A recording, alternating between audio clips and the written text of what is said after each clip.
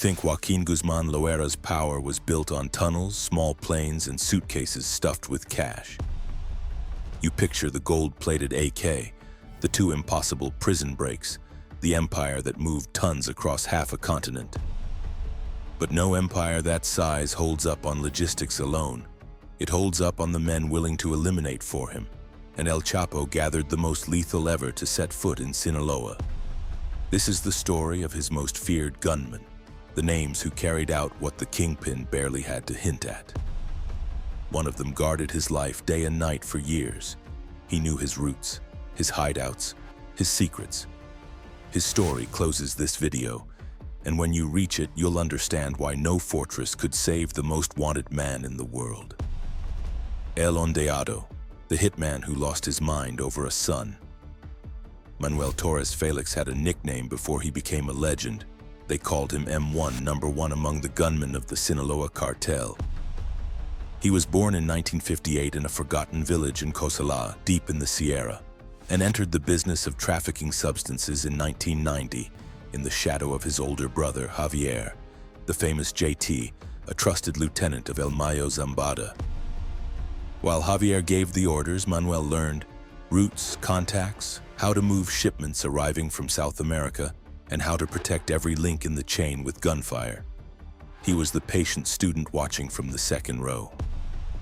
But when Javier was locked up in 2004, Manuel inherited more than a position. He inherited an entire war. Number one had a weak spot, and it would take him years to discover it. For the rest of the decade, he was the enforcer that neither El Chapo nor El Mayo wanted to face. A methodical, cold man, capable of organizing an ambush the way someone else organizes an office calendar. He oversaw the entry of illegal merchandise through the mountains, imposed order through gunfire and discipline, and earned a place among the names spoken in a low voice in Culiacan. The corridos began to sing about him. People respected him and feared him in equal measure because they understood that a favor from M1 was worth gold, and that a wrong look could cost you your life. The army placed him among its priority targets. He was pure discipline, calculation without emotion, until emotion found him. By then, M1 carried far more weight in the structure than his low profile suggested. He was also known as L-14, and according to authorities, he oversaw the arrival of shipments coming from South America, moving between the Sierra and the city with a network of operators who answered only to him. He was no simple trigger man. He was an administrator of violence, someone who decided when to pull the trigger and when to wait, crouched and patient. That capacity for calculation made him doubly dangerous because he combined the coldness of a strategist with the firepower of a small army. In the Sinaloa cartel, where men willing to shoot were plentiful, the ones who knew when not to were rare. El Ondeado knew both. In 2008, the Sinaloa cartel's alliance with the Beltran-Leyva brothers collapsed and unleashed one of the fiercest internal wars anyone can remember. In the middle of that crossfire fell his son, known as El Taquio, a young operator who had grown up from ranch to ranch, fully aware of the risk he was running. Losing the boy broke something inside Manuel Torres that never healed again. They say he once posted himself at a checkpoint with a rifle, waiting for those responsible, offering himself as a target just to take his revenge. From there came the second nickname, the one that would truly define him. El Ondeado, the one who lost his mind. The Sierra began to tell stories about him in whispers. A broken father is the worst kind of enemy. He threw himself into an unrelenting hunt against everyone responsible, real or imagined.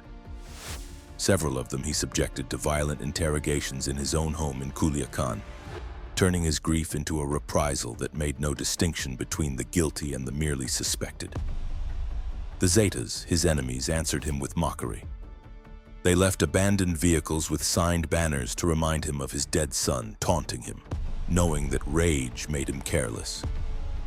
The US government added him to its list of priority targets in 2011 alongside another gunman we'll talk about in a moment, and the Attorney General's office offered 3 million pesos for his capture. But it wasn't a court order that stopped El Ondeado. It was gunfire. It was the Mexican army. in the early hours of October 13, 2012, on a dirt road heading toward the village of Oso Viejo, near Quila. He died the way he had lived his final years, in a hail of gunfire in a clash that lasted only minutes. They buried him in the Jardines del Humaya, the cemetery where the kingpins of Sinaloa rest beneath air-conditioned mausoleums and marble domes worth more than any house in the village where he was born. And that day of the dead, on his grave, appeared a wreath of red roses with a ribbon in the name of Joaquín Guzmán Loera. El Chapo didn't send flowers to just anyone. He sent them to the men he had feared.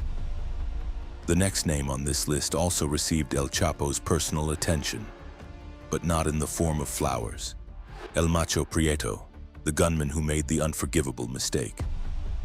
Gonzalo Inzunza was born in Culiacán on August 17, 1971, and grew up in the Morelos neighborhood with a small and early inheritance. When his father died, he left him a Grand Marquis and a pistol. That was enough to start. He made a name for himself through his explosive temper, his complete lack of patience, and a rule he applied without nuance. Anyone who contradicted him disappeared. His story with the cartel began with a personal vendetta. For years he chased a man named Delgadillo, hunting him down even at a children's party in Culiacán in 2001, where the target managed to slip away among the guests. That obsession caught El Mayo Zambada's attention. A man who hunts an enemy like that serves a boss even better. El Mayo sat him down to negotiate and turned him into the chief of his gunmen, with a level of autonomy few had inside the organization El Chapo led alongside El Mayo himself. They called him MP, El Once, El Apache, and he juggled several false identities to move without leaving a trace. He operated in Baja California and Sonora, coordinated shipments of white substance and green substance across the Mexicali border, and did it with an arsenal straight out of a movie. .40s, .50s, even rocket launchers. His brother Abraham El Peque was his right hand. Los Tucanes de Tijuana wrote him a corrido in which he himself boasted that he could pierce any armor and that within seconds the accounts were settled. The United States would come to attribute more than 80 lives taken to him. 80 names, and not one of them cost him a night's sleep. But there was one name that did mark him, though he would never once speak it. In May 2008, in the parking lot of a shopping center in Culiacán, a hit squad under his command opened fire on a group of young men they mistook for enemies. Among the fallen was Edgar Guzmán López, El Chapo's son. It was a case of mistaken identity, the worst a gunman could make anywhere in Mexico, because the victim wasn't a rival. He was family to the man who co-founded the empire. The parking lot was left carpeted with more than 500 shell casings in one of the most notorious attacks of the decade, a blanket of metal that took hours to clear. And from that afternoon on, El Macho Prieto stopped being untouchable. He had pulled the trigger against the one family that was forbidden. Edgar's death triggered an emotional schism that ran through the entire organization. There were days of mourning, settling of scores, and a wave of violence in Culiacán that left dozens of victims, while the cartel searched for the guilty in every direction at once. Over the years, as many as 3 different versions of what happened that afternoon circulated, and none was ever fully cleared up, but all of them pointed to El Macho Prieto's cell. Inzunza himself never admitted anything. He pressed on as if he could leave behind the weight of a surname that had become a silent sentence, a stain that neither money nor weapons could wash away. Some mistakes are never forgiven, they're only postponed. El Chapo, devastated, demanded answers. The accounts agree that he asked for Inzunza's head, and although El Mayo interceded for his most faithful gunman, El Macho Prieto was never safe again. Far from measuring the danger, he grew even more untamable. He kept operating on his own, disobeying orders, crossing lines, eliminating operators of his own and others without anyone's permission. He was the most feared man and at the same time the most inconvenient in the whole structure. His own bosses eventually decided he was more trouble than he was worth, and that a gunman who could no longer be controlled was a greater risk than any enemy. El Apache's countdown had started to run without him hearing it. The fiercest of them never saw the betrayal of his own coming. In the early hours of December 18, 2013, the Navy located him in a condominium in Puerto Peñasco, Sonora, and brought him down in a clash, reportedly thanks to information leaked by the very people who had once protected him. But his body never turned up. His men carried it off before the shooting had even ended, leaving only questions and rumors. For years, a corrido circulated claiming he had actually escaped, that the whole thing was staged to give him a second life far from the spotlight. Messages even appeared bearing his name, as if he refused to die completely. The man whose people ended El Chapo's son vanished even in death. In El Chapo's world, not even the most loyal survives a mistake against the boss's family. If a mistake cost El Macho Prieto everything, the next man was undone by exactly the opposite, doing everything right. El Bravo, the elite soldier who guarded the kingpin and paid with his life. Manuel Alejandro Aponte Gomez didn't come from the ranch or the barrio. He came from the army. Born in Chilpancingo, Guerrero in 1974, he trained at the heroic military college between 1993 and 1996, rose to lieutenant, and served in the armed forces for nearly a decade, even trained in the United States as part of the elite units meant to fight the trafficking of substances. He knew the hunter's manual because he had memorized it. Between 2001 and 2003, he was sent to Badiraguato, El Chapo's birthplace, and there, instead of fighting the cartel, he ended up crossing to the other side of the line. El Chapo didn't hire a gunman, he hired a soldier. He was discharged in 2004 and joined the Sinaloa cartel with a credential worth gold. He knew how the enemy thought because he had been the enemy. His value wasn't only in shooting, but in organizing. El Bravo became El Chapo's chief of security and his trusted recruiter. He crossed the Sinaloa Sierra and other states looking for young men he molded into gunmen with military discipline, teaching them to move, to wait, to obey. He designed the kingpin's rings of protection, planned the escape routes, and trained the men who surrounded Guzmán Loera day and night. He was so respected he had his own narco corrido, one that sang of the trust El Chapo had placed in him. The hunter turned into the shield of the hunted. His name had already brushed against death once. In March 2012, a rumor spread that he had fallen in a clash with soldiers alongside another gunman nicknamed El Fantasma. The rumor turned out to be false, and El Bravo kept operating in the shadows, more careful, more invisible. His masterpiece would come 2 years later. In February 2014, the Navy cornered El Chapo in a house in the Guadalupe neighborhood of Culiacan.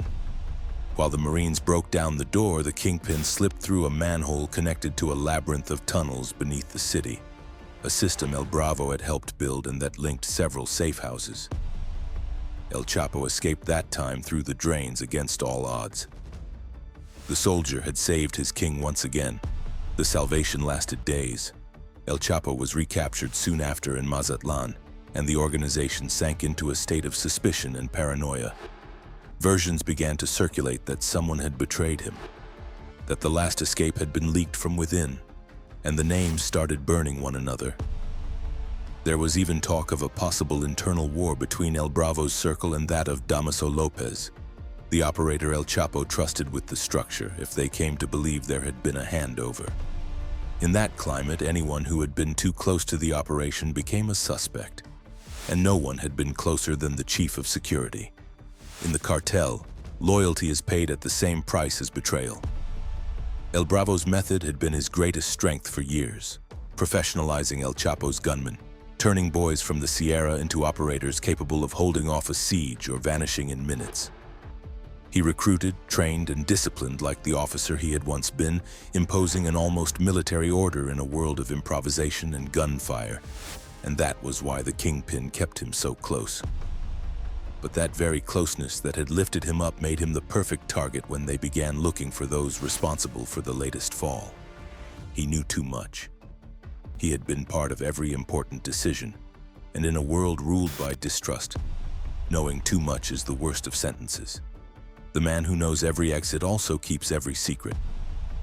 On April 9, 2014, just weeks after the capture, El Bravo's body appeared on a dirt road in La Cruz de Elota, alongside 2 other men. He had 6 gunshots to the head and clear signs of a violent interrogation, and the bodies had been dragged nearly 20 meters from the vehicle that had transported them. They didn't find a single shell casing at the scene. He had been taken out somewhere else and dumped there like a message. The man who designed the security of the most watched kingpin in the world couldn't design his own. He was delivered up by the very machine he had built. In the cartel, loyalty isn't rewarded. It's watched until it's punished. El Bravo fled the spotlight. The next name, by contrast, chased it like a movie star. El Chino Antrax, the hitman who wanted to be a celebrity. Jose Rodrigo Arechiga Gamboa was born in Culiacan on June 15, 1980, and started from the bottom, as a cholo who stole cars and tagged walls in the city's poor neighborhoods. He grew up alongside El Mayo Zambada's sons, but on the other bank, the one of absolute poverty, watching from the outside the world he would one day want to belong to. His entry into the cartel was quiet. He started as a bodyguard for Vicente Zambada Niebla, El Vicentillo, El Mayo's eldest son. When El Vicentillo was locked up in 2008 and the war with the Beltran Leyva brothers set Sinaloa ablaze, Arechiga made his leap, from graffiti artist to bodyguard and from bodyguard to commander. Recruited by El Mayo's people to lead a group of gunmen, he christened them with a name that sounded like a deadly disease. Los Antrax, a nod to the lethal virus. They established themselves as the armed wing of the Sinaloa cartel, tasked with protecting the leadership and eliminating enemies across Sinaloa, Sonora, Durango, Chihuahua, and Nuevo León. He was also known as R-57 or El Comandante Antrax, and he commanded an army of young men ready for anything. What set El Chino apart from the rest wasn't his brutality, which he had, but his hunger to show it off.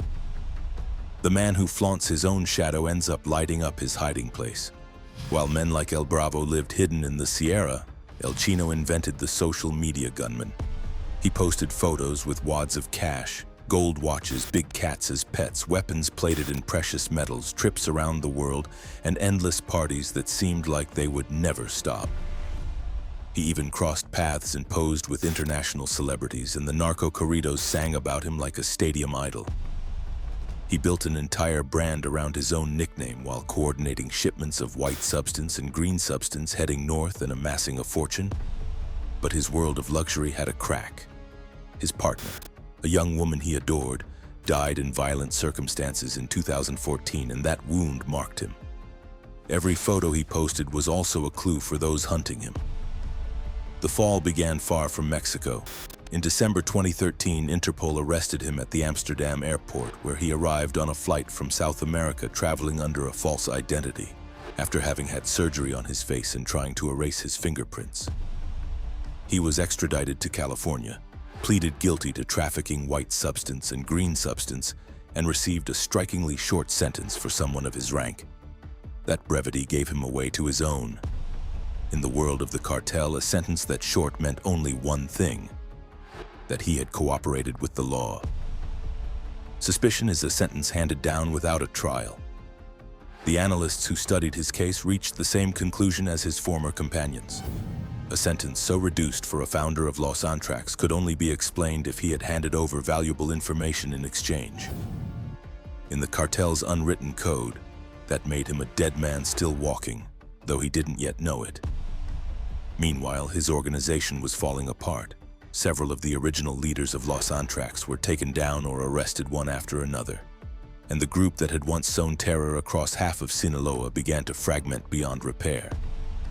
The empire of gold and social media El Chino had built came undone at the same speed with which he had raised it.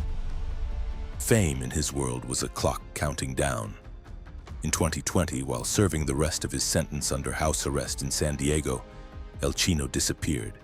He fled with all his belongings, breaking the requirement to report any change of address, and crossed back into Mexico, straight into the territory from which he had escaped justice. 10 days later, his body appeared inside a luxury SUV in Culiacan, alongside those of his sister and his brother-in-law. He had been found by his own people, who considered him a traitor for the information he had handed over to the north. They wrapped him up and left him in plain sight, without hiding him, as a warning. He came home to stay, among the same people who used to sing about him. Whoever turns the cartel's silence into a spectacle pays for the ticket with his own name. Up to this point, they all fell far from El Chapo. The next one was the only man who fell right at his side. El Cholo Ivan, the bodyguard who fell embracing the kingpin. Orso Ivan Gastelum Avila was born in Badiraguato, the same land that produced El Chapo, and started like almost everyone in that region, tending fields of green substance in the Sierra. He rose fast. From the fields he was moved to Durango to tend crops, and from there he became a bodyguard for Guzman Loera's sons, until he rose to plaza boss of Guamuchil, where, according to U.S. justice, he came to command close to 200 armed men. They described him as a highly skilled gunman, loyal to the bone, the kind of man El Chapo wanted at his right hand when things got ugly. His narco corrido summed him up in a single line. For the boss, he'd give his life, and one day he had to prove it. El Cholo Ivan had a peculiar talent for the impossible.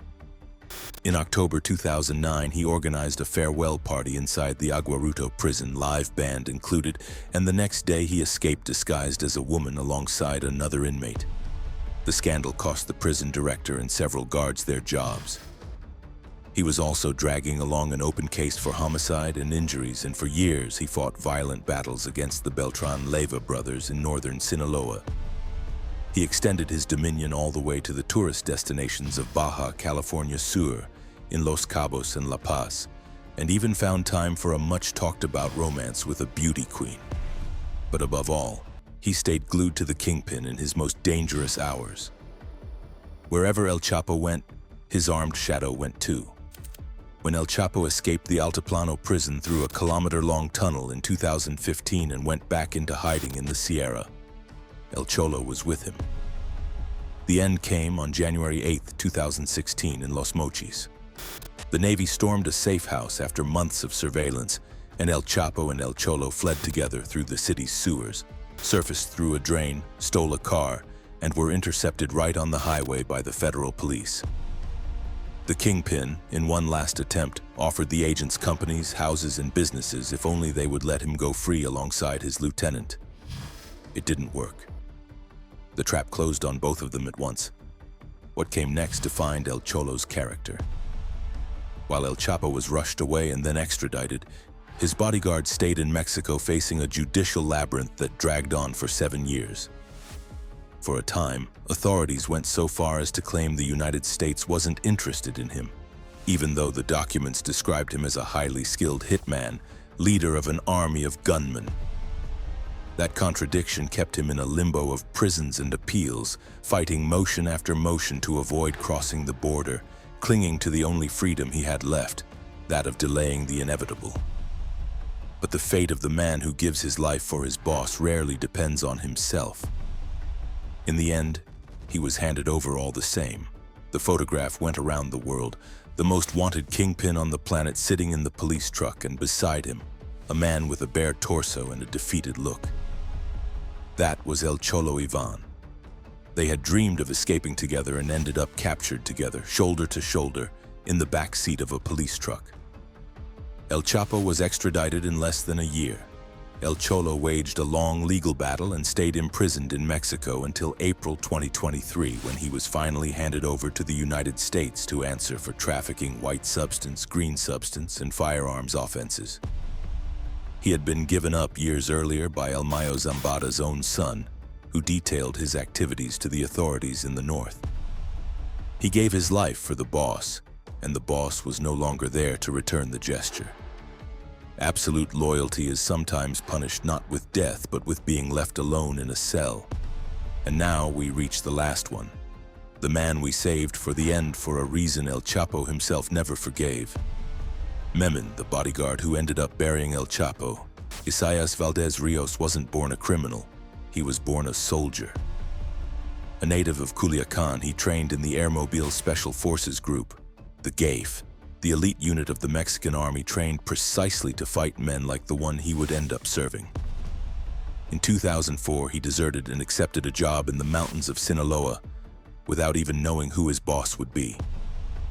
They put him on a small plane, took him to a hidden camp known as El Cielo, And there 30 men armed to the teeth received him with tactical vests, AK-47 rifles, AR-15s, and rocket launchers. They handed him a bulletproof vest and a rifle, and only then did they tell him who he would be guarding. Only in that instant did he grasp the magnitude of the name. He had deserted the army to protect its #1 enemy. They called him Memen.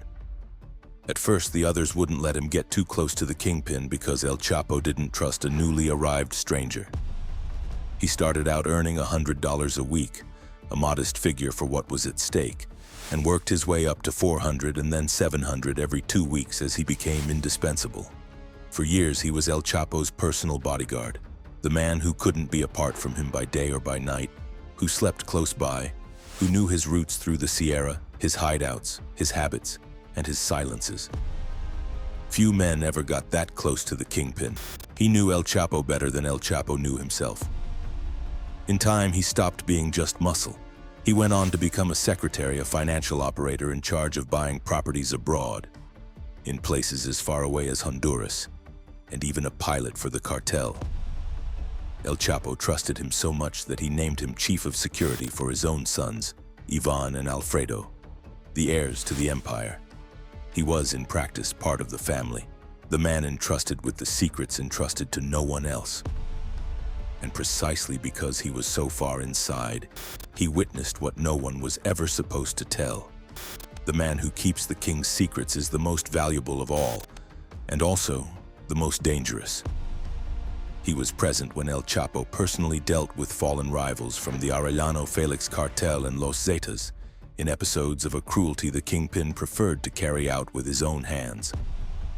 In one of those episodes, the captives arrived escorted by El Bravo, the same chief of security whose story you already know, closing a sinister circle among the kingpin's trusted men. Memen saw violent interrogations that stretched on for days out in the wilderness. He saw how it was decided right there without trial or witnesses who lived and who did not. He kept every detail in his memory, never imagining that one day it would carry an enormous price. Because in 2014 he was arrested, and the machinery that had made him indispensable suddenly left him alone before the justice of the United States. He had already spent almost 5 years in prison when his moment to talk arrived, pleading guilty to trafficking substances and facing a possible life sentence.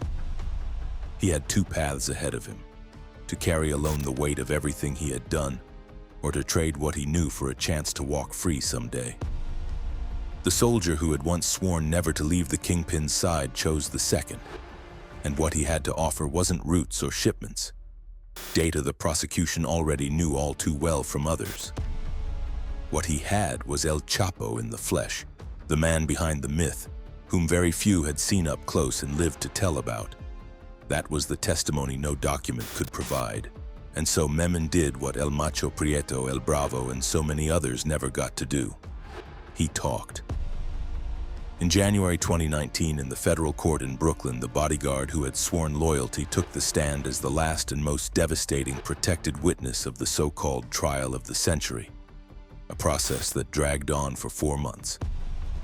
Before the jury, without raising his voice, with the coldness of the soldier he had been, he described in detail how he watched El Chapo take lives with his own hands, the interrogations in the Sierra, the lives taken at a remote spot in Durango.